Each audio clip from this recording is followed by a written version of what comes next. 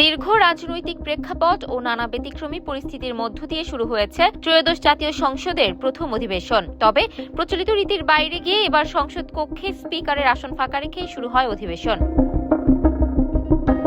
আজ বৃহস্পতিবার বেলা 11টা 5 পবিত্র কোরআন তেলাওয়াতের মধ্য দিয়ে অধিবেশন শুরু হয়। কোরআন তেলাওয়াতের পর বেলা 11:15টার কিছু আগে বক্তব্য দেন প্রধানমন্ত্রী তারেক রহমান। তিনি 1971 সাল থেকে শুরু করে বিভিন্ন আন্দোলন সংগ্রামে শহীদ হওয়া সব মানুষের প্রতি শ্রদ্ধা জানান।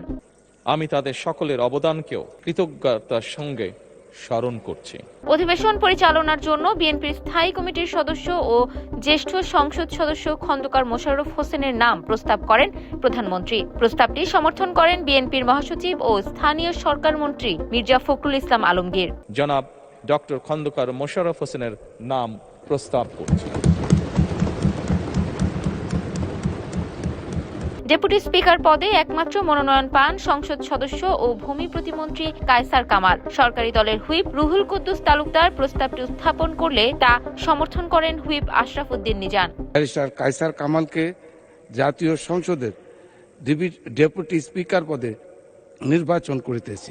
59 নাটোর 2-এর উপযুক্ত প্রস্তাবটি সমর্থন করিলাম। অন্যদিকে স্পিকার পদে একমাত্র প্রার্থী হিসেবে মনোনয়ন পান বিএনপির স্থায়ী কমিটির সদস্য ও ভোলা 3 আসনের সংসদ সদস্য major Hafiz Uddin Ahmed. Chief whip Nurul Islam প্রস্তাবটি উত্থাপন করেন এবং হুইপ রকিবুল ইসলাম তা সমর্থন করেন। জনাব হাফিজ উদ্দিন আহমেদ বীর বিক্রম তাকে মাননীয় সংসদ স্পিকার হিসেবে নির্বাচিত করার জন্য আমি প্রস্তাব উত্থাপন করছি। চিফ হুইপ জাতীয় সংসদের উপযুক্ত প্রস্তাবটি সমর্থন করিতেছি।